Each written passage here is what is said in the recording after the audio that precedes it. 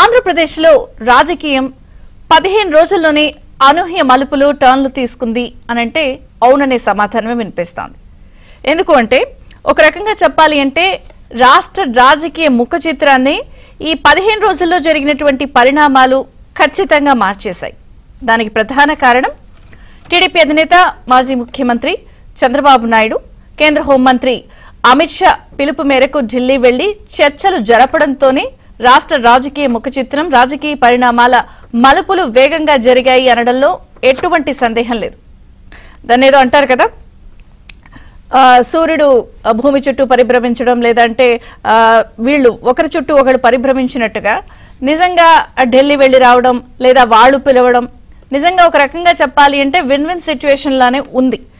మరి ఇప్పటికే ఎప్పుడైతే ఈ భేటీ జరిగింది, కేంద్ర పెద్దలు చంద్రబాబు నాయుడిని పిలవడం, ఇద్దరి మధ్య సానుకూలమైన చర్చలు జరిగాయి అని చెప్పడం, టీడీపీని ఎన్డీఏలోకి ఆహ్వానించారు అని అదే విషయాన్ని టీడీపీ కూడా బయటకు వచ్చి అఫీషియల్ గా కన్ఫర్మ్ చేయడంతో నిజంగా రాజకీయ పరిణామాలు చాలా వేగంగానే మారాయి.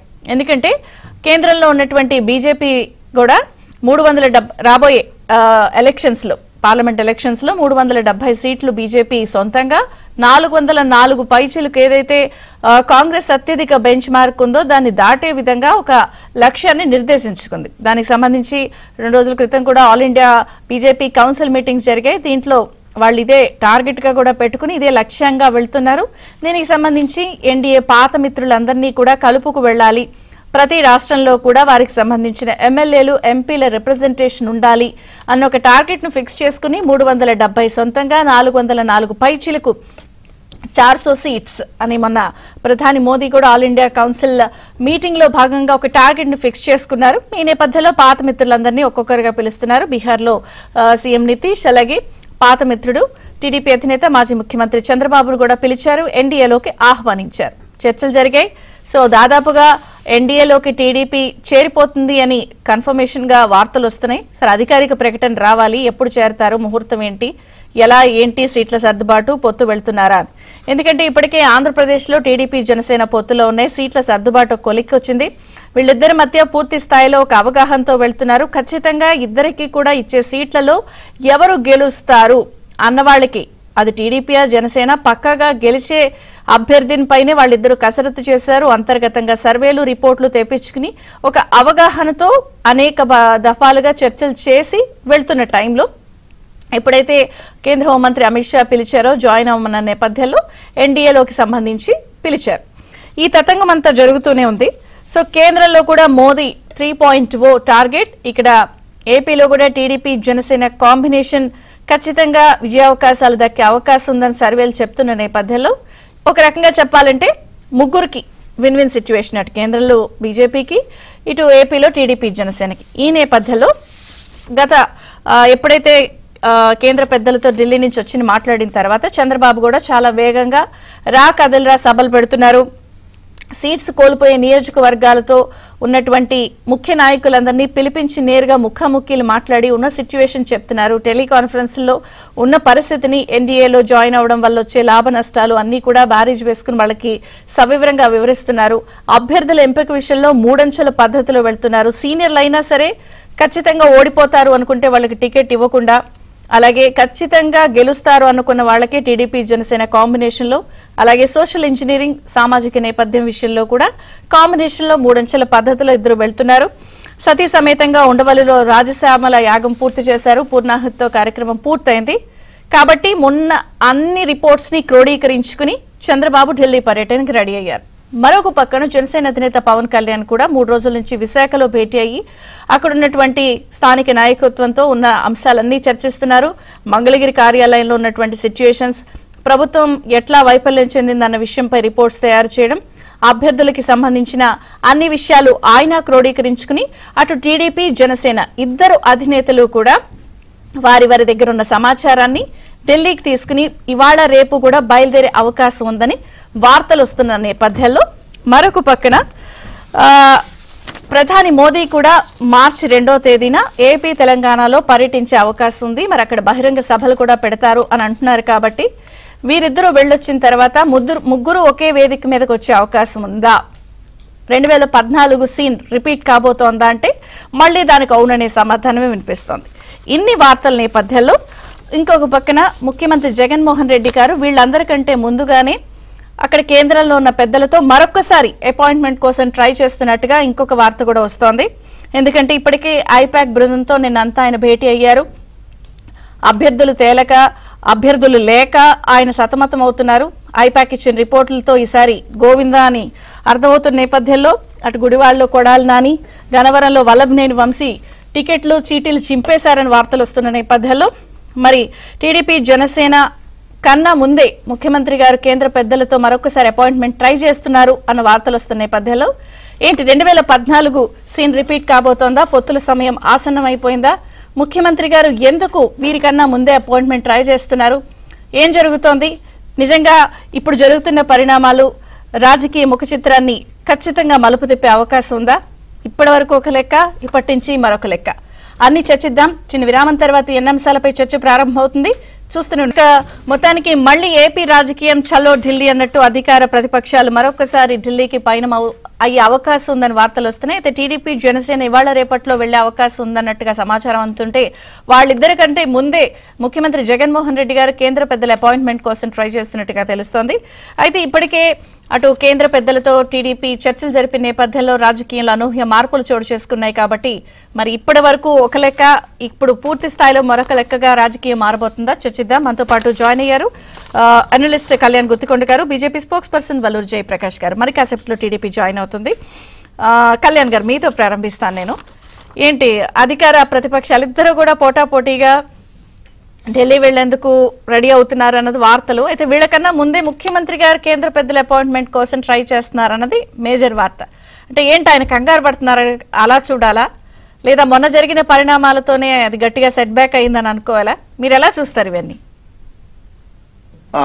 విజయచంద్ర గారు, ముందుగా మీకు ఏబిఎన్ ప్రేక్షకులు అలాగే తోటి ప్యానలిస్టులైన విజేపీ అధికార గారికి అందరికీ గుడ్ మార్నింగ్ అండి. విషయంలోకి వస్తే ఆంధ్రప్రదేశ్ రాష్ట్రంలో ఎన్నికలు సమీపిస్తున్న వేళ రెండు పక్కల అధికార ప్రతిపక్ష కూటముల వైపు ఎత్తులు పై ఎత్తులు, రకరకాల కాంబినేషన్లు, రకరకాల ఆలోచనలు జరగడం అనేది సహజమే. అయితే ఏంటంటే అధికార పక్షం వైపు తీసుకుంటే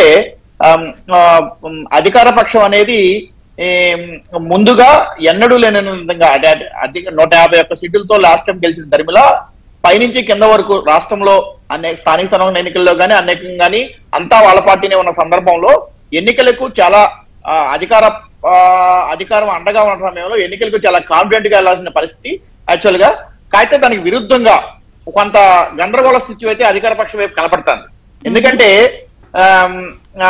సిట్టింగ్ స్థానాల్లో మార్పులు, అభ్యర్థుల మార్పులు, జంబ్లింగ్ చేయటం, ఇటాళ్ళు అటు అటు ఇటు మార్చడం, ఇలాంటి ప్రయోగాలతో ఒక రకంగా ఎందుకో ఆ పార్టీ పూర్తి అయోమయ స్థితిలో ఉన్నదేమో అనే ఫీలింగ్ అయితే మాత్రం మనకి సామాన్యంగా కలుగుతుంది. అట్ ద సేమ్ టైం ఇంకో విషయం తీసుకుంటే కనుక సహజంగా అధికార పక్షం వైపు పోటీ చేయడానికి, అధికార పక్షం వైపు నుంచి పోటీ చేయడానికి నాయకులు చాలా ఉత్సాహం చూపిస్తారు. ఎందుకంటే అధికారంలో ఉన్నారు కాబట్టి కొంచెం ఆ ఎడ్జ్ కనపడుతుంది. కానీ ఇక్కడ విరుద్ధంగా జరుగుతుంది. మనం అబ్జర్వ్ చేస్తే ఇప్పుడు సుమారుగా 60 అసెంబ్లీ సీట్లలోనూ లేకపోతే ఒక 10 ఎంపీ సీట్లలోనూ ఇన్ఛార్జీలని ప్రకటించారు. అంటే ఇన్ఛార్జీలు అన్నారు కానీ సహజంగా వాళ్లే అభ్యర్థులుగా మనం కన్సిడర్ చేసుకోవచ్చు.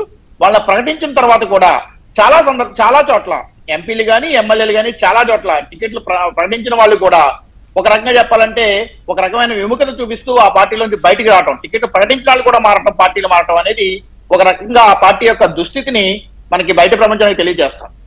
అయితే పైకి మాత్రం మైకపాటి గంధర్యం ప్రదర్శిస్తూ అధికారం యొక్క అండతో ఉంది కాబట్టి సిద్ధం అంటూ రకరకాల హోర్డింగ్స్ పెట్టేసి లేకపోతే ఎక్కడో 3 ప్రాంతాల్లో 3 అధికారం అండతో ప్రజలను తరలిస్తూ మేము చాలా బలంగా ఉన్నామని చూపించే ఎత్తుగడైతే వేస్తుంది. కానీ లోపలైతే మాత్రం ఆ పార్టీ వైపు నుంచి చాలా అలజడి ఉందని చెప్పి మనకు క్లియర్ గా అర్థం అవుతుంది.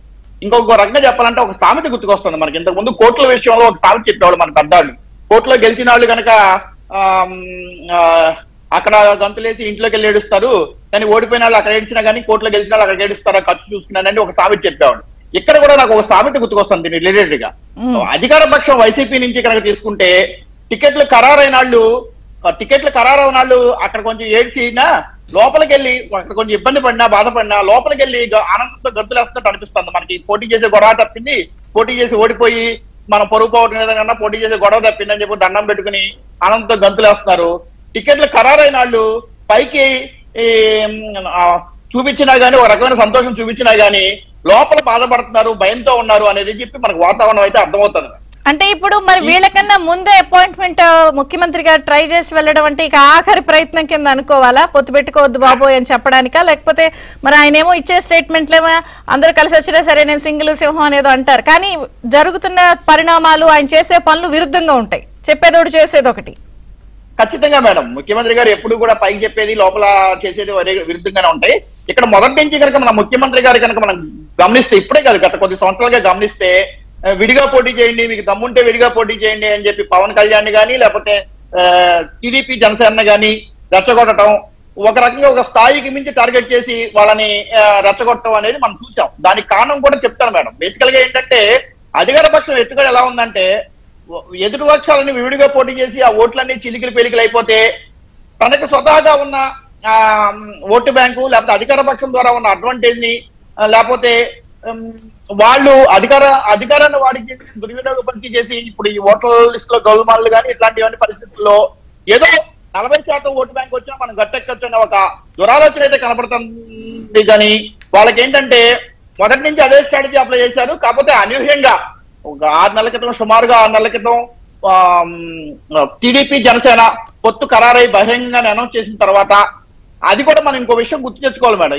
ఈ ఇద్దరు కలయిక విషయం వచ్చేసరికి ఏమైందంటే, వీళ్ళిద్దరు కలయిక ఒక 6 నెలల క్రితం ఖరారు అవటం, ఆ ఖరారైన సందర్భంలో రెండు పక్కల ఇరు పార్టీల అధినేతలు కూడా దానికి కొన్ని రకాల జాగ్రత్తలు తీసుకున్నారు. ఈ పొత్తుల మీద ఒకవేళ రెండు పార్టీల్లో ఉన్న భిన్నాభిప్రాయాలు ఉన్నప్పటికీ కూడా వాటిని బహిరంగంగా ఎవరిని వ్యక్తపరచకుండా వాళ్ళని కంట్రోల్ చేయటం, రెండు పార్టీల అధినేతలు రకరకాల సందర్భాల్లో కలిసి మాట్లాడుకుని లేకపోతే కలిసి బహిరంగ సభల్లో పార్టిసిపేట్ చేసి వీళ్ళ దగ్గరికి వాళ్ళ దగ్గరికి వీళ్ళు వెళ్ళడంతో అధినాయకత్వం దాని నుంచి డౌన్ ద లెవెల్ అన్ని స్థాయిల్లో నాయకులు కూడా నియోజకవర్గ స్థాయిలో గాని గ్రామ స్థాయిలో గాని నాయకులు కార్యకర్తలు అందరూ కూడా పాలు నీరులో కలిసిపోయిన పరిస్థితి అయితే మనకు కనబడుతుంది టీడీపీ జనసేన విషయంలో.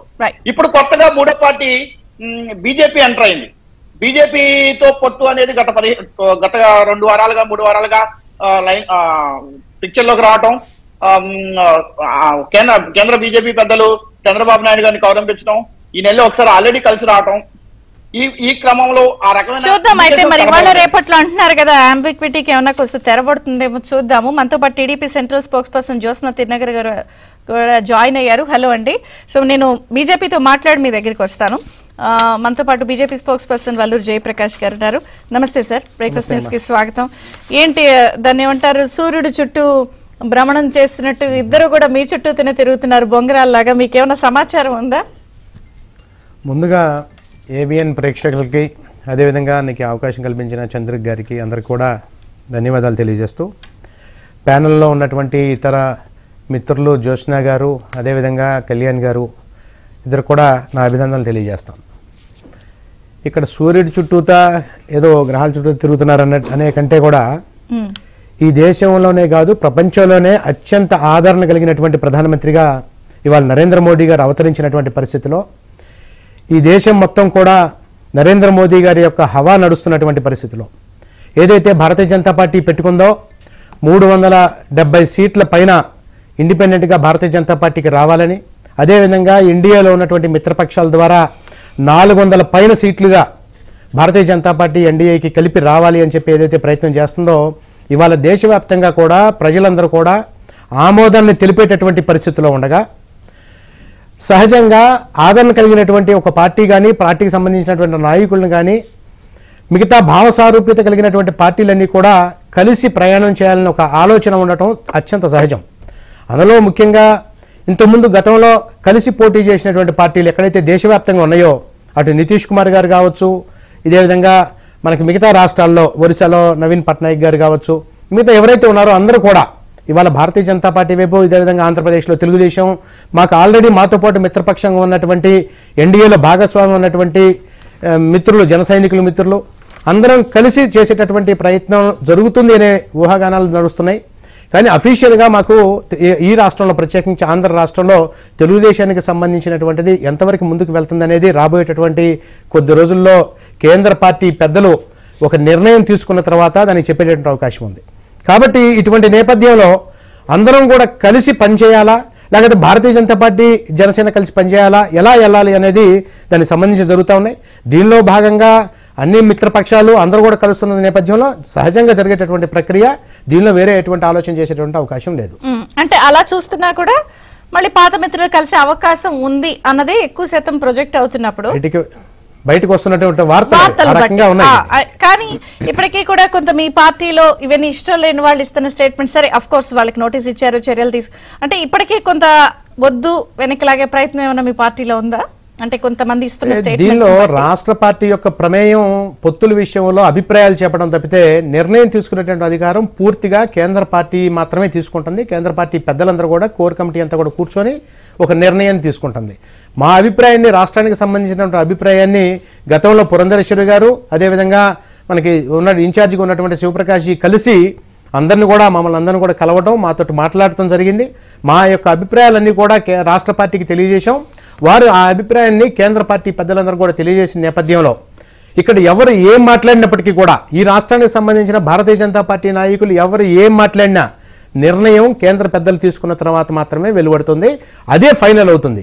ఇక్కడ ఎవరి అభిప్రాయాన్ని వాళ్ళు చెప్పుకుంటూ పోతా ఉన్నారు. ఇది భారతీయ జనతా పార్టీలో క్రమశిక్షణకు సంబంధించినటువంటి పార్టీ. ఇది ఇక్కడ ఎట్టి పరిస్థితుల్లో కూడా ఎవరిని కూడా ఉపేక్షించేటువంటి పరిస్థితి అయితే ఉండదు. కానీ ఒక్క విషయం మాత్రం చాలా స్పష్టంగా చెప్పాలి, ఉపేక్షించవు అని అంటే ఇంకా కొంత అలాంటి ప్రయత్నాలతో వెనక్కిలాగే స్టేట్మెంట్లు ఇంకా మీ పార్టీలో వస్తున్నాయంటే అలా ప్రయత్నాలు ఉన్నాయా అని అంటే అంతర్గతంగా మేము చర్చించుకోవటం చాలా సహజం. కొంతమంది కావాలని, కొంతమంది వద్దని, కొంతమంది ఏ రకంగా వెళ్ళాలి, కలిసి వెళ్తే ఉన్న లాభాలేంటి, లేనటువంటి పరిస్థితుల్లో లాభాలేంటి అనేది చర్చించుకోవటం అనేది చాలా సహజం. ప్రతి ఒక్కరు కూడా వాళ్ళ అభిప్రాయాలు ఉంటాయి. కానీ ప్రెస్ స్టేట్మెంట్ల ద్వారా కనుక బయటకు వచ్చినట్లయితే, లేకపోతే పబ్లిక్లో కనుక మనం ఆ మాటలు చెప్పినట్టయితే భారతీయ జనతా పార్టీ ఎట్టి పరిస్థితుల్లోనూ కూడా ఒప్పుకునేటువంటి పార్టీ కాదు. అటువంటి పరిస్థితి ఏమి ఇంతవరకు మాకు ఎక్కడ కూడా రాలేదు.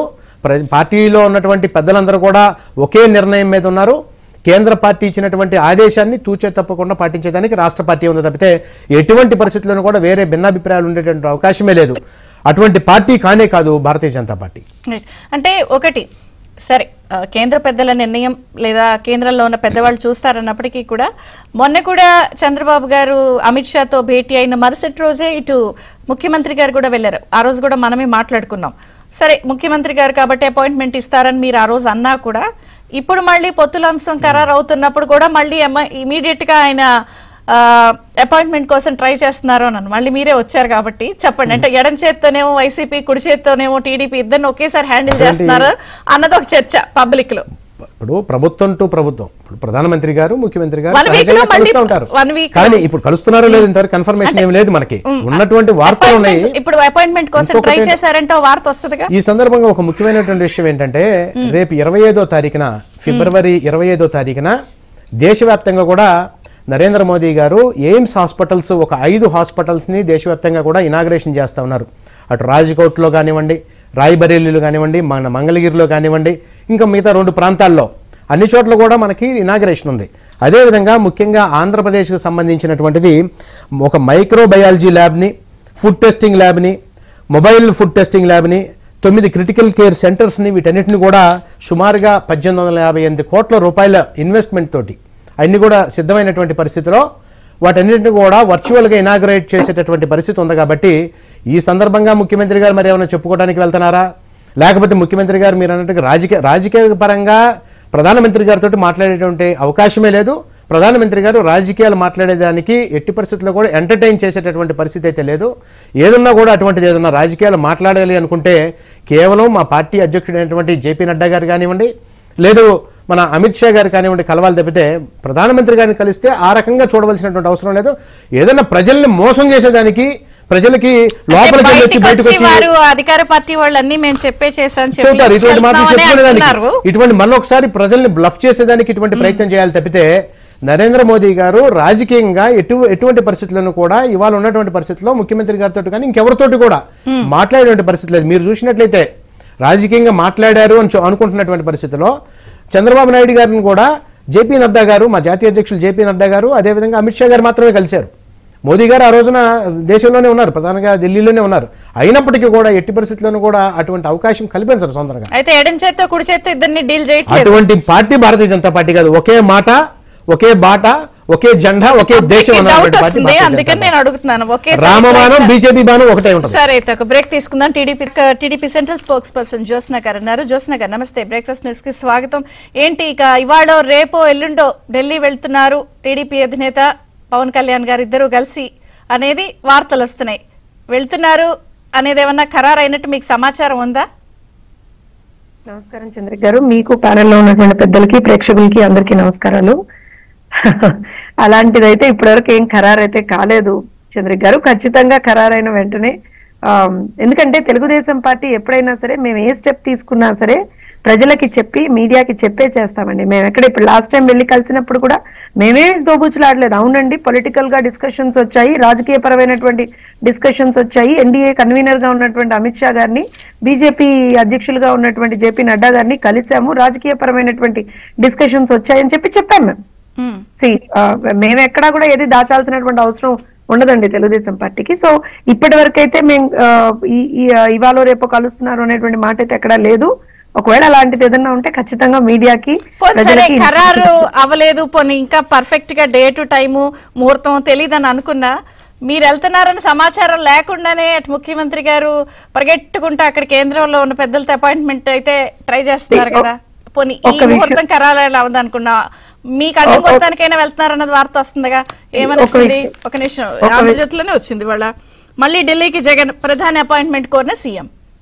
ఇప్పుడు ఓడిపోతున్నాడని తెలుసు, కింద మీద ఏమంటారు అని అంటే అసలు ఇలా గజ గజ గజ గజ వణికిపోతున్నాడు. మొన్న సిద్ధం సభలో కూడా చూసారు కదా, ప్రజల్ని ఇలా ఇలా ఇలా ఇలా అనమంటున్నాడు. అంటే నేను రాను మళ్ళా రాను రాను రానని చెప్పేయండి ఒకసారి అని చెప్పి గజ గజ వణుకుతూ చెప్తున్నాడు. ఏదో ఇప్పుడు ఏమంటారంటే పీక్స్ ఆఫ్ ఫ్రస్ట్రేషన్ లో ఏం చెయ్యాలో అర్థం కాక కాలుగాలిన పిల్ల అంటారు చూసారా చంద్రిక గారు, అలా కాలుగాలిన పిల్లలాగా తిరుగుతున్నాడు జగన్. ఏం చేద్దాం, పాపం అనుకోవడం తప్పించి ఏం చేయలేదు. జాలి పడాలండి జగన్ మీద, ఇవాళ రోజు జాలి పడ్డం తప్పించి ఎవరేం చేయలేదు. ఎందుకనంటే ఇప్పుడు వీళ్ళు కొత్తగా మాట్లాడినంటే మేము వెళ్ళి కేంద్ర ప్రభుత్వం దగ్గర రాష్ట్రం కోసం మాట్లాడుతున్నాం. నిజంగా ఇప్పటికి 26-27 సార్లు కలిశారండి కేంద్రంలో ఉన్నటువంటి పెద్దల్ని. ప్రతిసారి కూడా మీరు ఏ విషయం మీద కలిశారు, దేని గురించి మీరు మాట్లాడారు అనే దాని మీద మనకి ఇప్పటివరకు కూడా కనీసం ప్రెస్ మీట్ పెట్టి చెప్పడు. నేను ఇది మాట్లాడాను, ఇది అడిగాను, ఇది ఇక్కడ ఈ విధమైనటువంటి సానుకూల స్పందన వచ్చింది, లేకపోతే రాలేదు, ఏదో ఒకటి చెప్పాలిగా. రాష్ట్ర ముఖ్యమంత్రి కదా, లేదా నేను రాజకీయాలు మాట్లాడడానికి వెళ్ళాను, ఏదో ఒకటి అనాలి కదా. ఏది లేకుండా గాల్లో ఏమంటారు అని అంటే ఉత్తి పుణ్యానికి ఏదో మాట్లాడుతూ ఉంటాడు. So yes, peaks of frustration లో ఉన్నాడు, ఆయన భయపడుతున్నాడు. ఇటు Telugu Desam party Janasena already alliance లో ఉన్నారు, అలానే జనసేన బీజేపీ తోటి ఎన్డీఏలో పార్ట్నర్ గా ఉంది. సో డెఫినెట్ గా ఒక డిస్కషన్ అనేటువంటిది, ఇప్పుడు మా అలయన్స్ పార్ట్నర్ గా ఉన్నటువంటి వ్యక్తులు వేరే అలయన్స్ లో ఉన్నప్పుడు ఖచ్చితంగా ఒక డిస్కషన్ అనేటువంటిది వస్తుంది.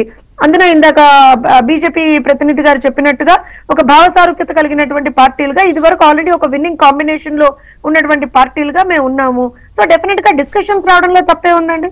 ఇంకొకటి ఏంటి అని అంటే రాష్ట్రంలో ఇవాళ రోజున ఒక అరాచక పాలన నడుస్తున్నప్పుడు ఆ అరాచక పాలన అంతమొందించడానికి అన్ని శక్తులు ఏకమవుతాయండి. అందులో పెద్దగా ఆశ్చర్యపడాల్సినటువంటి విషయం ఏం లేదు. నిజంగా అందున ఒక ప్రిన్సిపల్ బేస్డ్ గా, సిద్ధాంతాల బేస్డ్ గా, అంటే ఏదన్నా టాపిక్ వైజ్ గా డిఫర్ అయ్యాం కానీ మేము ఏ రోజున కూడా ఎవరితోనూ అయినా, ఇప్పుడు మీరు ఫర్ ఎగ్జాంపుల్ తీసుకుంటే అటు బీజేపీతో మేము డెఫినెట్ గా ఆ రోజున రాష్ట్ర ప్రయోజనాల కోసం ఎక్కడైతే కొంత ఇబ్బంది కలుగుతుందో అక్కడ మేము డిఫర్ అయ్యాం. బీజేపీ తన డిస్ట్రిక్ట్ మేము ఆ రోజు ఎందుకు డిఫర్ అయ్యాం అనేటువంటిది మేము ఆ రోజున ప్రజలకు చెప్పాము. ఒకవేళ రేపు పొద్దున్న మేము నిజంగా కూడా మళ్ళీ అలయన్స్ లోకి వెళ్తే ఎందుకు వెళ్తున్నాం అనేటువంటిది కూడా మళ్ళీ ప్రజలకు చాలా క్లియర్ గా ఎక్స్ప్లెయిన్ చేస్తాం మేము. అలాంటి ఒక పరిస్థితిలో తెలుగుదేశం పార్టీ ఉంది. ఈయన వెళ్తున్నాడు అంటే ఎవరికి తెలుసండి, ఎవరికి చెప్పాడండి? ఏ రోజునన్నా మీడియా కన్నా చెప్పాడా? పోనీ మీరు ఇంత సీనియర్ జర్నలిస్ట్ చంద్రిక గారు, ఏ రోజునన్నా ఈయన మీడియా కన్నా బయటకు వచ్చి అవునండి నేను ఇందుకు వెళ్తున్నానండి, కేంద్రంతో ఈ విషయాలు మాట్లాడానండి, ఇలా మెడలు వంచానండి, ఎందుకంటే మెడలు వంచుతా అన్నాడు కదా, ఇలా మెడలు వంచానండి, ఇచ్చేసానండి, అది చేశానండి ఏమన్నా చెప్పాడా? ఏమీ లేదు కదా, ఏ రోజున ఏమీ లేదు కదా. ఇవాళ కొత్తగా వెళ్ళి ఏం సాధిస్తాడండి? 2 నెలల ముందర ఏం సాధిస్తాడు చెప్పండి? మీ మధ్య పుల్ల పెడతానికేమో. ఇగో ఒకటి చెప్తానండి, నిజంగా కూడా అలాంటి పరిస్థితి ఉంటే కనుక ఐ థింక్ పప్పులో కాలేస్తున్నాడేమో అనుకోవాలి. ఎందుకనంటే ఇప్పుడు అటు బీజేపీ కావచ్చు, జనసేన కావచ్చు, తెలుగుదేశం కావచ్చు, ఇంకే పార్టీ అయినా సరే, లెట్స్ సే ఫర్ ఎగ్జాంపుల్ మాకు చాలా క్లియర్ కట్ గా ఒక్కొక్క విధానం ఉందండి. ఒక ప్రాపర్ ఏమంటారు అంటే స్ట్రాటజీ తోటి ఒక ప్రాపర్ ప్రొసీజరల్ గా మేము వెళ్తున్నాం. ఇవాళ ప్రజల పక్షాన మేము ప్రాపర్ ప్రొసీజర్ లో వెళ్తున్నప్పుడు ఎలాంటి వార్తతో మళ్ళీ తిరిగి రావచ్చు, పోనీ ఖరారు కాలేదు, రేపో మాపో ఎల్లుండో అవతలెల్లుండో మొన్న వారం తర్వాత ఎలాంటి వార్తతో రావచ్చు అనే ఏమన్నా సమాచారం ఉందా? యాంగ్విటీకి మీరు కూడా ఏమన్నా తెరదించుతారా? పక్కాగా తేలిపోతుందా? నేను ఒక విషయం చెప్తాను చంద్రిక్ గారు, ఒక చిన్న అనాలజీ చెప్తాను మీకు. ప్లీజ్. నిజంగా ఎలా ఉంటుందంటే ఊర్లలో ఇప్పుడు ఒక గ్రామం ఉందండి, ఆ గ్రామంలో ఒక పిచ్చోడో ఒక ఉన్మాదే ఉన్నాడు అనుకోండి, ఆ ఉన్మాదిని తరమడానికి ఆ పిచ్చోడిని గ్రామం నుంచి తరిమేయడానికి అందరూ ఏకమవుతారు. సరే ఒక 10 మంది ఏకమై తరిమితే సరిపోతుంది, అయినా సరే ఇంకో 10 మంది యాడ్ అవుతారు. ఎందుకు?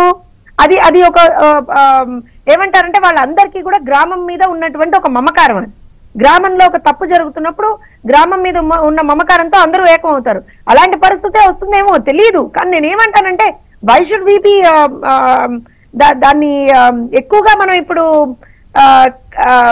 పొత్తులు ఇవన్నిటికన్నా ఇప్పుడు అంత అవసరం ఏముందండి? ఇది పెద్దల స్థాయిలో కేంద్ర పెద్దల నిర్ణయం, అధిష్టానం అని వీళ్ళు చెప్పారు, మీరు కూడా చంద్రబాబు గారు చూసుకుంటారని. కానీ జనరల్ గా ఏమవుతుంది, ఆయన నిన్న రాయలసీమలో సభ పెట్టి మీరు సిద్ధమా అని చూపించేసి ఈ జనాన్ని చూపించేసి ఇంతమంది వచ్చారు, నాకు ఇంత బలం ఉందని బలగ ఉందని చెప్పేసరి మా ఆంధ్రజ్యోతి ఫోటోగ్రాఫర్ అయితే పిచ్చకొట్టుడు కొట్టారు. ఆయన అపోలో హాస్పిటల్లో చికిత్స పొందుతున్నారు. It's very sad part. నేననేది ఏంటంటే నాకు బలం ఉంది ఇంకా అని చూపిస్తున్నారు. ఇంకో పక్కనేమో ఐపాక్ లో నిన్న అభ్యర్థులు తేలక గందరగోళంలో ఉన్నారు. మీరిద్దరేమో పైరోళ్ళు చూసుకుంటారు, మాకేం సంబంధం, వెయిట్ ఫర్ ఇట్ అని అంటున్నారు. ఇంకొక పక్కన ఒక నిమిషం ఇప్పుడు షెడ్యూల్ వచ్చేస్తుంది అన్న వార్తలు వస్తున్నాయి.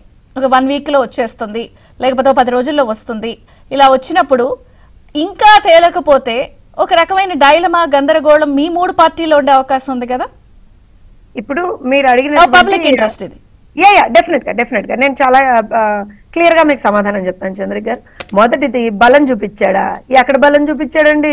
రాష్ట్ర వ్యాప్తంగా వేల సంఖ్యలో బస్సుల్ని పెట్టి బాబాని ఒక్కొక్కడిని అడుక్కొని అటు మద్యం అది సిద్ధం సభలా లేదండి, మద్యం సభలా ఉంది. ఆ మద్యం సరఫరా చేసి అన్ని చేసి ఇదిగో చూసారా వచ్చారు అని చెప్తే అదే కదా జనాలు వెళ్ళిపోతుంటేనే కదా ఏబిఎన్ ఫోటోగ్రాఫర్ అది ఏమంటారు అని అంటే ఆయన జస్ట్ వాట్ ఈస్ హ్యాపెనింగ్ అనే దాన్ని చూపిస్తుంటేనే కదా కొట్టింది. ఏం వాస్తవం కదా చంద్రిక్ గారు? ఇది అక్కడ జరుగుతున్నటువంటి వాస్తవిక పరిస్థితిని డిపిక్ట్ చేస్తూ ఒక జర్నలిస్ట్, అది ఏబిఎన్ పోనీ ఒక క్షణం ఏబిఎన్ అని పక్కన పెడదామండి, ఏ ఛానల్ అయినా సరే వాస్తవిక పరిస్థితిని డిపిక్ట్ చేస్తూ చూపిస్తుంటే రౌడీల్లాగా గుండాల్లాగా సిగ్గుమాలి అక్కడ ఒక రిపోర్టర్ ని కొడతారా? అది కనపడట్లేదా బయట జనాలకి? అక్కడ బలమా? అది బలమా నా మొహమా? అది అక్కడ ఏమీ లేదు. అక్కడ బయటకు వచ్చి ఏమంటారంటే మేకపోతు గాంభీర్యం చూపించి ఒక్కటి చంద్రిక్ గారు మొన్న ఆ సభలో ఆ మహానుభావుడు మాట్లాడింది నిజంగా మీకు ఎక్కడన్నా సరే a ounce of small piece of ఏమంటారు అని అంటే నమ్మకం అన్నా ఉన్నట్టు కనిపించిందా మీకు? ఎక్కడన్నా కాన్ఫిడెన్స్ కనిపించిందా? చిన్నపాటి కాన్ఫిడెన్స్ అన్నా ఏమీ లేదు. కాన్ఫిడెన్స్ లేదు. ఒక బంబేలు ఎత్తిపోయి భయం పడుతున్నప్పుడు మీరు దాన్ని టర్న్ చేసుకోవాలనుకుంటున్నప్పుడు మీ ముగ్గురి మధ్య ఒక లాగ్ డిస్టెన్స్, ఎవరికి క్లారిటీ లేదు, పయ్యోళ్ళు చూసుకుంటారు, నీళ్లు మేం చెప్పలేము మా పరిధి కాదని అనుకున్నప్పుడు మీరు క్యాండిడేట్స్ అనేవాళ్ళు ఒక టెన్షన్ లో ఉంటారు కదా, మనకు వస్తారు. అదే సరే చంద్రబాబు గారు టెలికాన్ఫరెన్స్లు పెడుతున్నారు, చర్చలు పెడుతున్నారు, అందరికి చెప్పాల్సిన చెప్తున్నారు, ముఖాముఖీలు గెలిచేసి ఇట్లా అంటున్నా. చంద్రిక్ గారు ఒక్క నిమిషం చెప్తాను. ఇక్కడ ఇష్యూ ఏంటంటే మనం ఏదో ఇప్పుడు వాళ్ళ పార్టీ లాగా వైఎస్ఆర్సీపీ లాగా మాదేమన్నా నియంత పార్టీయా అండి? లేకపోతే బీజేపీ ఏమైనా నియంత పార్టీయా, జనసేన ఏమైనా నియంత పార్టీయా? కాదు కదా, ప్రజాస్వామ్యం అనేది ఉంది కదా. సో డెఫినెట్ గా ఇప్పుడు ఒక ముగ్గురు లెట్స్ సే ఫర్ ఎగ్జాంపుల్ మేము జనసేన కలవాలంటేనే ఉమ్మడి మేనిఫెస్టో ఉంటుందండి. ఖచ్చితంగా వాళ్ళ సిచ్యువేషన్స్ ని మేము అర్థం చేసుకోవాలి, మా సిచ్యువేషన్స్ ని వాళ్ళు అర్థం చేసుకోవాలి అన్ని. And there is no ambiguity. Let me tell you very clearly Chandrik garu, ambiguity అనేటువంటిది ఏది లేదండి. డెఫినెట్ గా కలుస్తున్నామా లేదా అనేటువంటి ఒక చిన్నపాటి ఆలోచన ఉంది. ఆ చిన్నపాటి ఆలోచన కూడా నేను ఎందుకు అంటున్నాను అని అంటే అందరి అల్టీరియర్ మోటివ్, అందరి అల్టీరియర్ గోల్ ఒకటే, రాష్ట్రంలో ప్రజాస్వామ్యాన్ని పరిరక్షించడం, ఒక ప్రజాహితమైనటువంటి ప్రజా సంక్షేమ పాలన మళ్ళీ తీసుకురావడం. అటు బీజేపీ అయినా I believe they are also thinking in the same lines, and Janasena అయినా మేమైనా ఒకటే లైన్ మీద థింక్ చేస్తున్నామని మేము అనుకుంటున్నాం. మేమేమంటున్నాం అంటే ఒకవేళ ఆల్ థింగ్స్ వర్క్ టుగెదర్ అని అనుకుంటే ఖచ్చితంగా కలిసి పోటీ చేస్తామేమో. లేని పరిస్థితుల్లో మేము జనసేన ఆల్రెడీ అలయన్స్ లో ఉన్నాం. కొన్ని చోట్ల జనసేన అటు కూడా alliance లోనే ఉంది. నేను అదే చెప్తున్నాను. సో ఒకవేళ ఎక్కడన్నా ఆ చిన్నపాటి లాజిక్ ఒకటే we're trying to fix it, అంతకు మించి ఏమీ లేదు చంద్రిక్ గారు. ప్రాబబ్లీ అనదర్ ఒక 3-4 days ఆర్ మ్యాక్స్ ఒక 1 week. సో ఈ మాక్సిమం 1 week లో అన్ని సెటిల్ అయిపోతాయి. అంటే అప్పుడు ప్రధాని మోదీ గారు 2 తెలుగు రాష్ట్రాల పర్యటన మార్చి మొదటి వారంలో ఉంది. అప్పుడు మొత్తం మళ్ళీ ముగ్గురు ఒకే స్టేజ్ మీద 2014 కాంబినేషన్ మోదీ బాబు పవన్ రిపీటా? ఒక విషయం చెప్తానండి, it was a winnowing combination and it proved itself as a people's combination then. So definitely we should always look at the positive angle of it. ఒకటి ఇంకో విషయం పాజిటివిటీ అని అందరూ అంటున్నప్పుడు ఉంటదా ఆ ఫ్రేమ్ అవి ఆశించచ్చా, చూడొచ్చా? 2014 ఫ్రేమ్ మార్చి మొదటి వారంలో మోదీ గారి సభలో. చంద్రిక్ గారు తినబోతు రుచెందుకులేండి, ఆగుదాం ఒక 1 weekగా ఆగేద్దాం 1 week. ఇంకొక విషయం ఇందాక మీరు ఏమంటారు అని అంటే ఒక మాట చెప్పారు, ఈ మార్చి ఇంకో లేట్ అయిపోతుంది అంటే నిజమే, కొంచెం అంబిగిటీ ఉంది, కానీ లేట్ గా వచ్చినా లేటెస్ట్ గా వస్తామండి ఆ రోజున. ఖచ్చితంగా గెలిచి తీరుతామండి. ఎందుకనంటే ప్రజల కోసం అండి. ఇదేదో తెలుగుదేశమో జనసేనో బీజేపీయో ఇంకో పార్టీయో కాదండి. ఇవాళ ప్రజల కోసం కలిసి పనిచేయాల్సినటువంటి అవసరం ఉందనుకుంటే కలిసి పనిచేస్తాం. అందుకే కదా జనసేన తెలుగుదేశం పొత్తులోకి వచ్చాయి. సో ఖచ్చితంగా రేపొద్దు నిజంగా అలాంటి కాంబినేషన్ లోకి బీజేపీ కూడా రావాల్సినటువంటి ఒక పరిస్థితి ఏర్పడుతుంది అని పెద్దలు డిసైడ్ చేస్తారు. బీజేపీ పెద్దలు కావచ్చు, ఇటు మా పార్టీ పెద్దలు కావచ్చు. వాళ్ళు 3.0 అంటున్నారు, ఇక్కడ సర్వేలు మీరు అంటున్నప్పుడు ఇద్దరికి విన్ విన్ కాంబినేషన్. సో వాళ్ళకి ఏంటంటే 2019తో పోలిస్తే మీరు ఆ విన్నింగ్ కాంబినేషన్ లో వాళ్ళకి ఎన్ని సీట్లు వచ్చినా బోనస్. ప్రజలకి జయప్రకాష్ గారు బోనస్ కదా ఈసారి. భారతీయ జనతా పార్టీ చాలా బలపడింది. ఒక నిమిషం, నరేంద్ర మోదీ గారి నాయకత్వంలో ఇవాళ భారతీయ జనతా పార్టీ ఇక్కడ స్టేట్ లో 2019తో పోలిస్తే ఇప్పుడు మీకు ఈ కాంబినేషన్ లో ఎన్ని వచ్చినా బోనస్. రామ జన్మభూమిలో అయోధ్య రామ జన్మభూమిలో రాముల వారి ఆలయ నిర్మాణం జరిగిన తర్వాత ప్రజల్లో నరేంద్ర మోదీ గారు కూడా ప్రజల యొక్క వ్యక్తి యొక్క గుండెల్లో ఇవాళ ఉన్నారు. ఇవాళ దేశవ్యాప్తంగా ఎట్లయిన వాతావరణం ఉందో ఆంధ్రప్రదేశ్ లో కూడా అటువంటి వాతావరణం ఉంది. భారతీయ జనతా పార్టీ అయితే డెఫినెట్ గా పార్టీ పెరిగిన మాట వాస్తవం, మా ఓటు బ్యాంక్ పెరిగినటువంటి వాస్తవం. కేవలం అభివృద్ధి మాత్రమే కాదు, దాంట్లో రామ్ రామ్ అంటున్నారు, అది వైసీపీకి రామ్ రామ్ అని కూడా ఏపీలో ఏమైనా చెప్తున్నారా అనేది మాకు. వైసీపీ మాకు ఎప్పుడు మాతో లేదు, ఎక్కడికి వెళ్ళినా రామ్ రామ్ రామ్ రామ్ అంటున్నారు. వైసీపీ మాతో ఎప్పుడూ లేదు. అటువంటి పార్టీలతో మాకు ఎప్పుడు కూడా కాంబినేషన్స్ ఉండవు. అసలు అవసరం రీత్యా పార్టీ ప్రభుత్వాల రీత్యా ఏదైతే ఉంటుందో ప్రభుత్వాల కోసం వాటిని నడపడం కోసం అవసరమైనప్పుడు ఈ దేశంలో ఉన్నటువంటి ప్రతి ఒక్క పార్టీని కూడా ఆ సందర్భానికి మేము ఉపయోగిస్తాం తప్పితే ఎక్కడా కూడా, అది కూడా ఈ దేశ సంక్షేమం కోసం, ఈ దేశ భద్రత కోసం వాడతాం తప్పితే ఎక్కడ కూడా ఇంకొక రకమైనటువంటి కాంబినేషన్ మాకు భారతీయ జనతా పార్టీ తోటి ఎప్పుడు కూడా వైఎస్ఆర్సీపీకి లేదు, ఉండేటటువంటి అవకాశం కూడా లేదు భవిష్యత్తులో కూడా. ఒక మాట ఒకటైతే చాలా క్లియర్ గా చెప్పదలుచుకున్నాం, నరేంద్ర మోదీ గారు చేసినటువంటి సంక్షేమ పథకాలు ఏవైతే ఉన్నాయో, ఈ రాష్ట్ర అభివృద్ధి కోసం వారు చేస్తున్నటువంటి పథకాలు ఏవైతున్నాయో, వికసిత్ భారత్ యాత్ర ద్వారా ప్రజలందరికీ కూడా ఇవాళ చేరువైనటువంటి పార్టీ భారతీయ జనతా పార్టీ. జనసేన తోటి కలిసి మేము ముందుకు వెళ్తున్నటువంటి నేపథ్యంలో 100% భారతీయ జనతా పార్టీ పట్ల ప్రజలందరూ కూడా ఆదరిస్తా ఉన్నారు. ప్రజలందరూ కూడా నరేంద్ర మోదీ గారి నాయకత్వం మళ్ళీ దేశవ్యాప్తంగా కూడా కావాలని కోరుకుంటున్నారు. అదేవిధంగా ఆంధ్ర రాష్ట్రంలో కూడా ఒక బ్రహ్మాండమైనటువంటి ఆదరణ కనపడతా ఉంది. నేను ఇటీవల కాలంలో చేసినటువంటి పాదయాత్రలో కూడా చాలా సుస్పష్టంగా ఏ ప్రాంతానికి వెళ్ళినా కూడా చేసేటటువంటి పథకాలన్నీ కూడా నరేంద్ర మోదీ గారు మాత్రమే చేస్తున్నారు. కేంద్రం ఇచ్చినటువంటి పథకాలని ఈ రాష్ట్ర ప్రభుత్వం ఈ రకంగా పేర్లు మార్చుకొని ఈ రకంగా చేస్తుంది. కేంద్ర ప్రభుత్వ నిధులతోటే గరీబ్ కళ్యాణ్ యోజన కావచ్చు, అదేవిధంగా మనకి ఇచ్చినటువంటి ఫ్రీ వ్యాక్సినేషన్ కావచ్చు, ఎన్నో పథకాలు ఇవాళ శిశు సంక్షేమం కోసం చేసేటువంటి పథకాలు కావచ్చు, ప్రతి ఒక్క పథకాన్ని కూడా ప్రజలకు వివరిస్తూ ఉంటే ప్రజలందరూ కూడా ఆనందంతో భారతీయ జనతా పార్టీని స్వాగతం పలుకుతున్నారు. ఈ దేశం అభివృద్ధి కోసం, ప్రత్యేకంగా మన ఆంధ్ర రాష్ట్ర అభివృద్ధి కోసం భారతీయ జనతా పార్టీ కూడా ఇక్కడ బ్రహ్మాండమైనటువంటి స్టేజ్ ఇవ్వాలి, ఈసారి మంచి అవకాశాన్ని కల్పించాలి, డబుల్ ఇంజిన్ సర్కార్ ఆంధ్రప్రదేశ్లో కూడా కావాలి, భారతీయ జనతా పార్టీ ప్రమేయంతో ఇక్కడ ప్రభుత్వం ఏర్పడాలి, లేదా భారతీయ జనతా పార్టీకి ఇవ్వాలని ప్రజలందరూ కూడా చాలా స్పష్టంగా కనబడతా ఉన్నటువంటి. మిమ్మల్ని కూడా అడుగుతాను, అంటే షెడ్యూల్ వచ్చేస్తుందని అన్నప్పుడు అది మీరు వీళ్ళిద్దరితోనా లేకపోతే ఒంటరిగానా 3తోనా వెళ్తున్నప్పుడు మీరు కూడా లక్ష్యం నిర్దేశించుకుని వెళ్ళాలనుకున్నప్పుడు అది మీకు కూడా లేట్ అవ్వట్లేదా? కొంత లేట్ అవుతూ ఉంటుంది. రాజకీయాల్లో ఎలా ఉంటుందంటే ఎప్పుడైనా కూడా మనం చేసేటటువంటి పని చేసేటటువంటి పద్ధతి ప్రకారంగా కేంద్రంలో ఉన్నటువంటి పెద్దలు దేశవ్యాప్తంగా ఎలాంటి వాతావరణం చేస్తూ ఉన్నారో, ఎలాంటి ప్లానింగ్ చేస్తున్నారో మనం చూసాం. గత 3 ఎన్నికల్లో 2 ఎన్నికల్లో అయితే 2014, 2019లో చేసినటువంటి ఎన్నికల్లో, అదేవిధంగా ఇతర రాష్ట్రాలు జరిగిన ఎన్నికల్లో సరైన సమయంలో సరైన నిర్ణయం తీసుకుంటారు. ఖచ్చితంగా మేము డెఫినెట్ గా ఏదైతే ఎలక్షన్ నోటిఫికేషన్ ఉందో ఆ నోటిఫికేషన్ లోపలే నిర్ణయాలు తీసుకుని దాని ప్రకారంగా ముందుకెళ్తాం. అప్పుడు మోదీ గారు మొదటి వారంలో వస్తున్నారు, అప్పుడు మేము శుభవార్తలు ఆశించవచ్చా? అంటే పబ్లిక్ సైడ్ నుంచి అడుగు. ప్రజలకైతే ఖచ్చితమైనటువంటి శుభవార్తలే ఉంటాయి. నేను పార్టీ అడగట్లా, టీడీపీ సైడ్ అడగట్లా, మీ సైడ్ అడగట్లేదు. ప్రజలకి నరేంద్ర మోదీ గారు ఎప్పుడు వచ్చినప్పటికీ కూడా నరేంద్ర మోదీ గారు ఎప్పుడు వచ్చినప్పటికీ కూడా ఈ రాష్ట్రానికి దేశానికి శుభవార్తలు ఇవ్వడానికి వస్తారు. వారు చేసినటువంటి పనిని ఇక్కడ కార్యరూపం చేసేదానికి వస్తారు. ఖచ్చితంగా ఈ రాష్ట్ర ప్రజలకు ఒక బ్రహ్మాండమైనటువంటి వార్త, ఈ రాష్ట్ర అభివృద్ధి కోసం ఏమైతే ఆలోచన చేశామో అది డెఫినెట్ గా ఇచ్చేటటువంటి అవకాశం అయితే ఉంది. జ్యోత్స్న గారు ఏదో చెప్పబోతున్నారు, బ్రేక్ తీసుకుంటారు, చెప్పండి.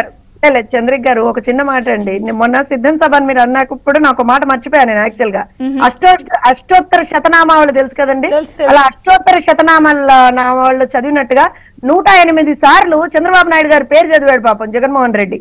అక్కడ కనపడట్లేదండి ఆయన భయం. ఇంకేముందండి, అయిపోయింది, క్లోజ్ చాప్టర్ జగన్మోహన్ రెడ్డిది. రోజుకొక ఏమంటారంటే ఇంకా ఇంకా ఇంకా దొంగ పనులు చేస్తూ దొరికిపోతున్నాడు తప్పించి ఏమీ లేదు. ఇందాక చెప్పినట్టుగా ఏ మీటింగ్ పెట్టినా సరే నామావళి చదువుతున్నాడు పాపం. చంద్రబాబు నాయుడు గారి పేరు చదువుకుంటూ పొద్దున్న లేస్తే రాత్రి పడుకునేంత వరకు కూడా చంద్రబాబు నాయుడు గారి పేరు చదువుకుంటూ బతుకుతున్నాడు. ఏదన్నా ఎక్కడన్నా సరే నాకు కూడా ఏమన్నా మంచి జరగబోతుందా అని అనుకుంటున్నాడు. కానీ ఈసారి మాత్రం ఖచ్చితంగా ప్రజలకి మంచి జరగబోతుందండి. ఎవరు ఏం చేసినా సరే ఒక ప్రజాహితమైనటువంటి సర్కారు, ఒక ప్రజా సంక్షేమంకి మాత్రమే ఆలోచించేటువంటి ఒక ప్రభుత్వం రాబోతుంది ఆంధ్రప్రదేశ్ రాష్ట్రంలో. కళ్యాణ్ గారు, సో ఇద్దరు వర్షన్స్ విన్నారు, ఏంటి రాబోయే 2-3 రోజుల్లో పరిణామాలు ఎటు టర్న్ తీసుకోవచ్చు అంటారు? అంటే ఇప్పుడు ఇంటర్వ్యూ తర్వాత ఇక్కడ మనం గుర్తుపెట్టుకోవాల్సిన విషయం ఏంటంటే, ఇందాక బీజేపీ ప్రతినిధి గారు చెప్తూ మేము వైసీపీ పార్టీతో ఎప్పుడూ లేము, ఎప్పుడు మేము పొత్తులో లేము అన్నారు. వాస్తవంగా బహిరంగంగా వాళ్ళు ఎప్పుడు పొత్తులో లేకపోయినప్పటికీ కూడా వైసీపీ బీజేపీ విషయంలో ఆంధ్రప్రదేశ్ ప్రజల్లో కూడా ఒక రకమైన అభిప్రాయం అయితే ఉంది మేడం. అది నేను ఇక్కడ చెప్పదలిచాను. అంటే ఈ 4.5 ఏళ్ల పరిపాలనలో, 5 ఏళ్ల వైసీపీ అరాచక పరిపాలనలో, వైసీపీ చేసిన అరాచకానికి లేకపోతే అడ్డగోలు పరిపాలనకి కేంద్రంలో ఉన్న బీజేపీ పార్టీ సహకరించింది అనేది ఒకటైతే, కనీసం సహకరించకపోయినా ఉపేక్షించి దానిలో కూడా ఎంతో కొంత పాపం మూటగట్టుకుంది అనేది సామాన్య ప్రజల్లో అయితే మాత్రం ఖచ్చితంగా ఉంది మేడం.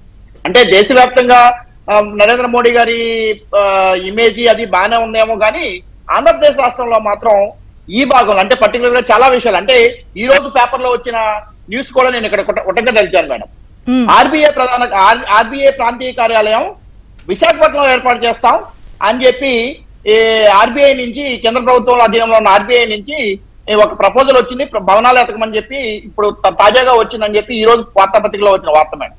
ఇక్కడ ఈ విషయంలో మనం తెలుసుకుంటే అమరావతిని రాజధానిగా ప్రకటించి దాని రూపుదిద్దిన తర్వాత దాన్ని చంపేసే ఒక కుట్ర అయితే ఏదైతే వైసీపీ ప్రభుత్వం చేసిందో దానికి కేంద్రంలో ఉన్న బీజేపీ ఇప్పటి వరకు సహకరించలేదు అని చెప్పి ఇక్కడ కూడా వాళ్ళు కూడా ఇక్కడ పోరాటంలో పాల్పంచుకున్నారు.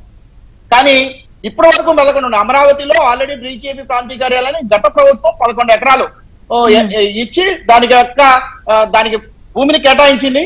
అయితే ఆ భూమిలో కేటాయించిన తర్వాత పనులేమీ ముందుకెళ్లకుండా తర్వాత జరిగిన పరిణామాలు ఇక్కడ రాష్ట్ర ప్రభుత్వం సహకరించలేదు. అది వాస్తవమే అయినప్పటికీ కూడా ఇన్ని సంవత్సరాల నుంచి మెదకుండా ఊరుకుని ఎన్నికలు ఇంకొక 4 రోజులకో 2 నెలలకో వచ్చిన సమయంలో ఇలాంటి ప్రపోజల్, అంటే రాజధానిలో ఏర్పాటు చేసిన ప్రాంతీయ కార్యాలయాన్ని విశాఖపట్నంలో ఏర్పాటు చేస్తామని చెప్పి కేంద్ర ప్రభుత్వం నుంచి ఒక ప్రపోజల్ రావటం, ఇవన్నీ ఎట్లా అనిపిస్తుంది అంటే ఒక రకంగా ప్రజల్లో కూడా ఒక రకమైన అనుమానాలు అయితే కలుగుతున్నాయి మేడం. కేంద్ర ప్రభుత్వం వేరు, బీజేపీ వేరు, ఖచ్చితంగా దాంట్లో నేను కాదంటలేదు. అయితే వాళ్ళే అధికారంలో ఉండాలి కాబట్టి ఇక్కడ పెర్రగిల్లి జ్వాల పాడుతున్నట్టు ఏమన్నా చేస్తుందనే ఒక అనుమానం అయితే ఉంది. ఇంకో విషయం మీరు చెప్పారు ఇందాక కూడా పదే జ్యోత్స్న గారితోనూ వాళ్ళతో మాట్లాడుతూ, మీ ప్రిపరేషన్ సరిపోతుందా, పొత్తుల విషయంలో ఇంకా ఖరారు కాకపోతే ప్రజల్లో కానీ క్యాండిడేట్లో కానీ లేకపోతే క్యాడర్ లో కానీ ఒక రకమైన ఇబ్బందులు వస్తాయా అన్నారు. ఖచ్చితంగా మేడం, ఇందాక నేను చెప్పాను, జనసేన టీడీపీ పొత్తు విషయంలో ఎటువంటి అనుమానాలు లేవు. ఒక 6 నెలల నుంచి దాని మీద వర్కౌట్ చేసుకుంటూ వస్తున్నారు కాబట్టి అన్ని స్థాయిలో వాళ్ళు చక్కగా కలిసిపోయారు. ఆ విషయంలో ప్రజలకు కూడా ఒక రకమైన సానుకూలత ఉంది. కానీ నేను 2 పార్టీలు కలిసిపోవడం వేరు, 3వ పార్టీ యాడ్ అయినప్పుడు మళ్ళీ వాళ్ళ మధ్య సింక్ అవ్వడం వేరు. ఖచ్చితంగా అదే చెప్పబోతున్నాను మేడం. ఇప్పుడు కనుక నేను సోషల్ మీడియా ట్రెండ్స్ కూడా ఫాలో అవుతున్నాను. చూస్తుంటే కనుక గత 2-3 వారాలుగా బీజేపీ ఎప్పుడైతే పిక్చర్ లోకి వచ్చిందో ఒక రకమైన స్తబ్దత, ఒక రకమైన నెగిటివిటీ అయితే మాత్రం తెలుగుదేశం శ్రేణుల్లోనూ క్యాడర్ లో కూడా కనపడుతుంది మేడం. ఎందుకంటే ఏంటి వాళ్ళు రైజ్ చేస్తున్న క్వశ్చన్స్ ఏంటి? ఆ ట్రెండ్ లో మీరు సోషల్ మీడియా ట్రెండ్ ఫాలో అయ్యాను అంటున్నారు కదా.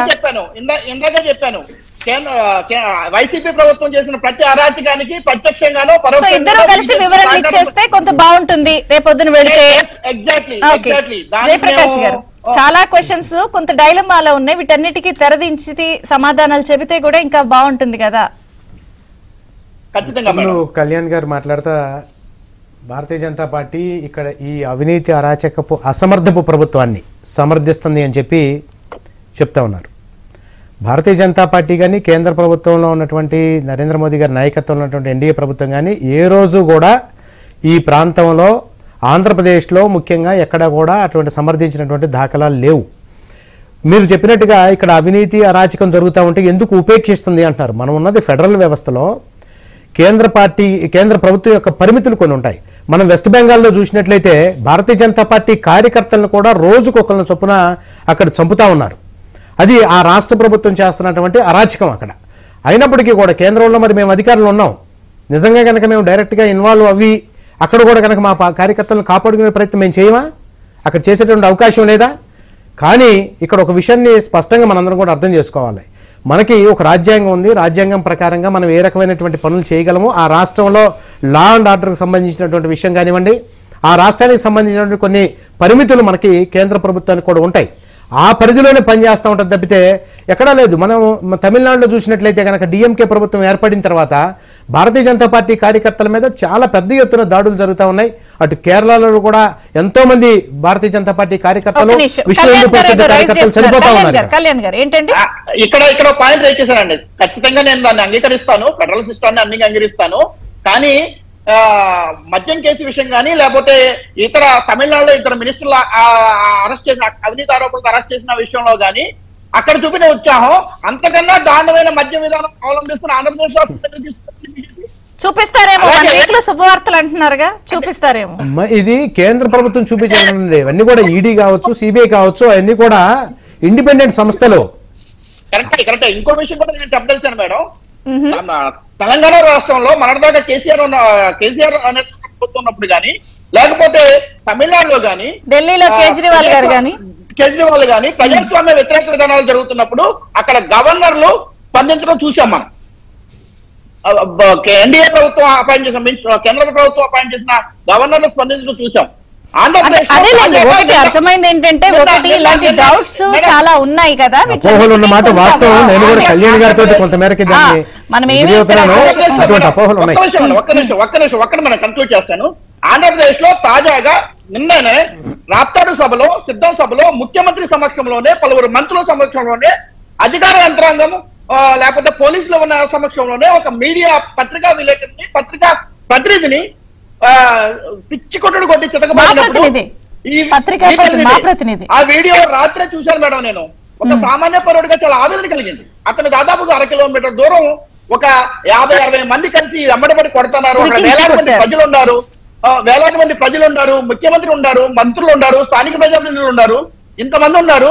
ఆ వీడియో చూసినప్పుడు గవర్నర్ గారు తన మీద సాహసం ఎందుకు చేయలేదు ఆంధ్రప్రదేశ్ లో? ఇక్కడ ప్రజాస్వామ్యం గుర్తురావట్లేదా ఈ రాష్ట్రంలో? శ్రీకృష్ణ గారి మీద జరిగినటువంటి దాడిని, ఆంధ్రజ్యోతి విలేకరి శ్రీకృష్ణ గారి మీద జరిగిన దాడిని భారతీయ జనతా పార్టీ కేంద్ర పార్టీ పెద్దలతో సహా ఖండించినటువంటి పరిస్థితి. పురంధరేశ్వరి గారు కానివ్వండి, సత్యకుమార్ గారు కానివ్వండి, ఈవెన్ పక్క రాష్ట్రంలో ఉన్నటువంటి బండి సంజయ్ గారు కూడా దాన్ని ఖండించారు. మేమందరం కూడా ఖండించాం, దాన్ని తీవ్రంగా ఖండించాం.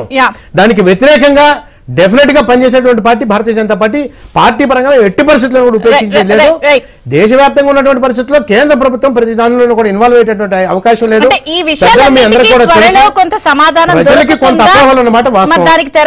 దానికోసమే భారతీయ జనతా పార్టీ ప్రయత్నం చేస్తా ఉంది. ప్రజలకు ఉన్నటువంటి ప్రతి విషయం మీద కూడా క్లారిటీ ఇచ్చేదానికోసం భారతీయ జనతా పార్టీ గతంలో కూడా పనిచేసింది, ఇప్పుడు కూడా పనిచేస్తే మరింత స్పష్టంగా ఇప్పుడు కేంద్ర పార్టీ పెద్దలు కూడా వస్తున్నారు కాబట్టి రాబోయేటటువంటి రోజుల్లో ఎన్నికల జరగబోతున్నటువంటి పరిణామంలో 100% కేంద్ర పార్టీ పెద్దలు కూడా ఎవరైతే ఉన్నారో సరైనటువంటి వ్యక్తి సరైన విధంగా మాట్లాడేటువంటి అవకాశం ఉంది. దీనిలో ఎటువంటి ఉపేక్షగా చేసేటువంటి అవకాశం లేదు. మీకు ఇంతకుముందే కోట్ చేశాను, మాకు తమిళనాడులో కానీ, కేరళలో కానీ, వెస్ట్ బెంగాల్లో కానీ, మిగతా ప్రాంతాల్లో మా మీద జరుగుతున్న దాడులు కూడా అక్కడ ఉన్నటువంటి పార్టీ వాళ్ళు రాష్ట్ర నాయకత్వం స్పందిస్తుంది తప్పితే కేంద్ర పార్టీ దీని మీద స్పందించేటటువంటి అవకాశం తక్కువ ఉంటుంది. గ్రహించాలి మనందరం. ఒకటే మాట అండి, ఇప్పుడు నేనేమంటానంటే ఇలా అచ్చోసిన ఆంబోతుల్లాగా ఇలా దాడులు చేస్తుంటే ఇది మనం చాలా రోజుల నుంచి చూస్తున్నాం, ఇవాళ కాదు. ఇక్కడ పొత్తులు ఇవన్నీ పక్కన పెట్టండి ఒక్క నిమిషం. ఇవాళ మీడియా ప్రతినిధి మీద దాడి జరిగింది, అంతకు ముందర ప్రతిపక్ష పార్టీల మీద దాడి జరిగింది, ప్రజల మీద దాడులు జరిగాయి, నడి రోడ్డు మీద పిల్లల్ని పెట్రోల్ పోసి తగలబెట్టి చంపేస్తారు. ఇది వాస్తవం కదా. ఇవన్నీ జరుగుతున్నప్పుడు రాష్ట్రంలో ఈ రకమైనటువంటి శాంతి భద్రతల సమస్య ఉన్నప్పుడు ఖచ్చితంగా మేము ఇదివరకు కూడా కేంద్ర ప్రభుత్వ దృష్టికి తీసుకెళ్ళాం, మళ్ళీ కూడా కేంద్ర ప్రభుత్వ పెద్దల దృష్టికి తీసుకెళ్తాం. దీని మీద ఖచ్చితమైనటువంటి ఇవన్నీ ఖండించి వివరణలు ఇచ్చి ప్రజలకి సమాధానాలు చెబుతారా? అదే మళ్ళీ నేను ఎండ్ పాయింట్ అక్కడికే వస్తున్నాను. ఖచ్చితంగా అండి, ఆ సమాధానం రేపు పొద్దున ఒకటి చెప్తాను. ఇందాక మీరు అడుగుతా ఉన్నారు, ఖచ్చితంగా రేపు పొద్దున్న కనుక ఇప్పుడు మేము జనసేన పొత్తులోకి వెళ్ళినప్పుడు మేము ప్రజలకు ఆన్సర్ ఇచ్చాం, మేము ఎందుకు పొత్తులోకి వెళ్తున్నాం అనేటువంటి ఆన్సర్ ఇచ్చాం. రేపు పొద్దున ఈ పొత్తు ఎక్స్టెండ్ అయినా సరే ప్రజలకు మేము, ఎందుకంటే మేము ఎప్పుడైనా జవాబుదారీతనంతో ఉన్నాం, సో ఖచ్చితంగా రేపు పొద్దున ప్రజలకు ఆన్సర్ ఇస్తాము. అలానే వాళ్ళ నుంచి ఏం ఎక్స్పెక్టేషన్స్ ఉన్నాయో అవి కూడా తీసుకుంటాం. కానీ శాంతి భద్రతల సమస్య మీద మాత్రం మీ వేదికగా ద్వారా ఎక్స్టెండ్ అయితే అది ఓకే, పొత్తు ఎక్స్టెండ్ అయితే కూడా భారతీయ జనతా పార్టీ ఈ రాష్ట్రంలో శాంతి భద్రతల మీద ఖచ్చితంగా పోరాటం చేస్తుంది. అమరావతి రైతుల తరఫున పోరాటం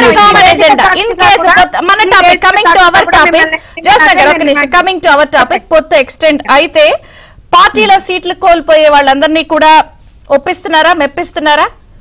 అవన్నీ తుది కసరత్తు వచ్చేసిందా, ఫైనల్ అయిపోయిందా? డెఫినెట్ గా అవుతుందండి. అంటే ఎందుకంటున్నానంటే నిన్న కూడా సీఎం గారిని మీ పార్టీకి సంబంధించిన వాళ్ళు వెళ్ళి కలిశారు. అప్పుడు ఏమవుతుందంటే ఇది మళ్ళీ లాస్ట్ మూమెంట్ లో అదే నేను ఇందాక అన్నాను కదా, అదే అంబిగ్విటీ. నేను ఒక విషయం చెప్తానండి. ఇప్పుడు మా దగ్గర నిజంగా కూడా ఇప్పుడు ఒకవేళ ఈ రెండు పార్టీలు కలిసే ఇప్పుడు ఇంకో మూడో పార్టీ కలిసినా సరే ఆ డెఫినెట్ గా ఇప్పుడు ఆశావాహులు ఉంటారు, మూడు పార్టీల్లోనూ ఉంటారు, రెండు పార్టీల్లోనూ ఉంటారు. సో ఖచ్చితంగా ఆ చిన్నపాటి అలకలు అవన్నీ సహజం అవుతాయి. కానీ ఇప్పుడు అక్కడ చూడండి, కనీసం ఆయన టికెట్లు అనౌన్స్ చేస్తే కూడా వద్దురా నాయన, నువ్వు వద్దు, నీ టికెట్ వద్దు, నీ పార్టీ వద్దని చెప్పి అసలు మేము పోటీయే చేయమంటున్నారు కదా. ఎంపీలు టికెట్ ఇచ్చినా, ఎమ్మెల్యే టికెట్ ఇచ్చినా, ఏమిచ్చినా సరే వాళ్ళతో మా కంపారిజన్ ఏముందండి? వాళ్ళని వెళ్ళి ఎంతమంది కలిసినా సరే ఏమంటారంటే అది చిన్నపాటు ఏదో అంటారు చూసారా, టీ కప్పులో చిన్నపాటి తుఫాన్ లాంటిది, అది పెద్దగా ఫరకే పడదు. ఒకటి ఏంటంటే అల్టీరియర్ మోటివ్. నేను మళ్ళీ చెప్తున్నాను చంద్రిక్ గారు, ఈ చిన్న చిన్న అలకలైనా చిన్న చిన్న డిస్సాటిస్ఫాక్షన్స్ అయినా సరే, ఎందుకంటే మా ముందర ఉన్నటువంటిది ఇటు తెలుగుదేశం గాని జనసేన గాని మా ముందర ఉన్నటువంటి పెద్ద మోటివ్ ఏంటి అని అంటే ఖచ్చితంగా రాష్ట్రంలో ఒక ప్రజాహిత ప్రభుత్వాన్ని ఫామ్ చేయడం. ఇలా అంటున్నారు మీ మధ్య సీట్లు కూడా 4-3-2 అనే ఒక ఫార్ములాతో సోషల్ మీడియాలో వాళ్ళే ట్రెండ్ చేసి వీళ్ళకిన్ని సీట్లు బీజేపీకి మీకిన్ని జనసేన వాళ్ళే పంచేస్తున్నారు. పాప కష్టపడి మీరు మరీను అలాంటి ఆ కష్టం పగాడికి కూడా రాకూడదా? జగన్మోహన్ రెడ్డికి వచ్చిన కష్టం సరే ఫోన్లేండి, జాలి పడతాం కొన్ని రోజులు, ఇంకో 2 నెలల ముచ్చట జాలి పడతారు. కళ్యాణ్ గారు అవునా కాదా? ఎవరెవరికి ఎన్ని సీట్లు వీళ్ళకంట ఇదంట వాళ్ళు వీళ్ళే. నేను ముందే చెప్పాను కదా మేడం, ఇలా పొత్తుల్ని విచ్ఛిన్నం చేయడం అనేది వాళ్ళ ప్రధాన ఎజెండా. పొత్తులు విచ్ఛిన్నం వాళ్ళు కలవకుండా చూడటం ఒకటి, ఒకవేళ కలిసినా ఆ పొత్తు సఫలీకృతం కాకుండా విచ్ఛిన్నం చేయాలి అనేది రకరకాల వైషమ్యాలు, పార్టీల మధ్య ఫేక్ లెటర్లు, ఫేక్ న్యూస్లు స్ప్రెడ్ చేస్తూ వాళ్ళ ప్రయత్నం చేస్తారు. ఎందుకంటే వాళ్ళకి ఫైనల్ గా ఒకసారి జయప్రకాష్ గారు అడుగుదాం, కలవాలని ఉందా లేకపోతే ఎక్స్టెండ్ అవ్వాలని ఉందా? మనసులో ఏముంది, ఎలాంటి సమాచారం ఉంది, ఏమని అందుతుంది సమాచారం? ఈ రాష్ట్ర సంక్షేమం కోసం, దేశ సంక్షేమం కోసం భారతీయ జనతా పార్టీ పెద్దలు తీసుకునేటువంటి నిర్ణయానికి భారతీయ జనతా పార్టీ రాష్ట్ర శాఖ పూర్తిగా కట్టుబడి ఉంటుంది. ఇంతకుమించి ఇంక వేరే మనం మాట్లాడుకునే అవకాశం ఏమి లేదు ప్రస్తుతానికి. థ్యాంక్ యూ జయప్రకాష్ గారు. జ్యోత్స్న గారు థ్యాంక్ యూ అండి. కళ్యాణ్ గారు థ్యాంక్ యూ. ఇది బ్రేక్ఫాస్ట్ అప్డేట్స్ కొనసాగుతాయి, చూస్తూనే